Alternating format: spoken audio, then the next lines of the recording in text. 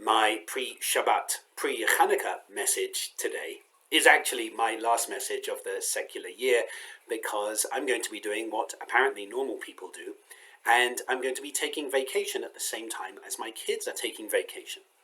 And so Cantiliana is going to be leading Chanukah activities this year for Temple Beth Shalom, including the very large gathering on Friday night, not this coming Friday, but next Friday, when we all bring our menorahs, all bring our Chanukiot, and we invite you to come and light your Chanukiah at the very start of the service. My message today is a simple one, which is asking which candle you want to be.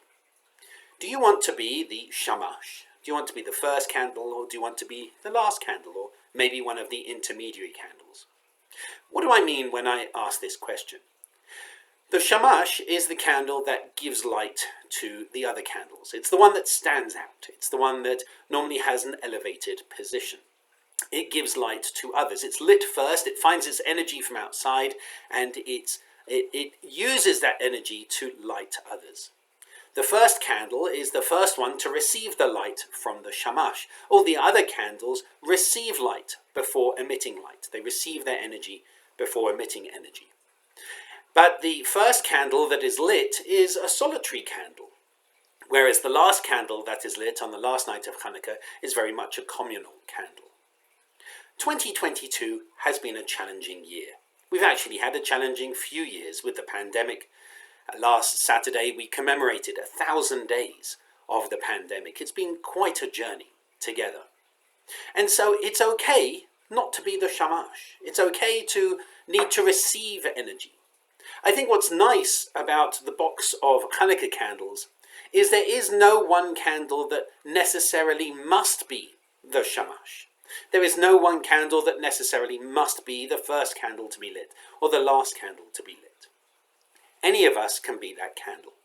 And I think the role of community, especially during challenging times, is that each of us can step up in differing ways to either be the shamash, to be the first candle, an intermediate candle, or the last candle. But together, as a community, we glow, we give off energy, we share light in dark times. And so, especially in this very dark season, I think it's worth asking yourself, what kind of candle am I going to be today? And it's just a question for each day.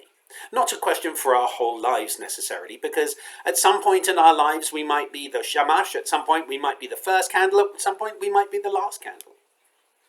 Today, what kind of candle am I going to be? Am I going to be the shamash, giving light to others? Or am I going to be a candle that gives off its own light after having received light from others? Because in Judaism we do have a responsibility to be Or L'Goyim, a light to the nations. And so our role, our task in the world is definitely to give off light in some sense.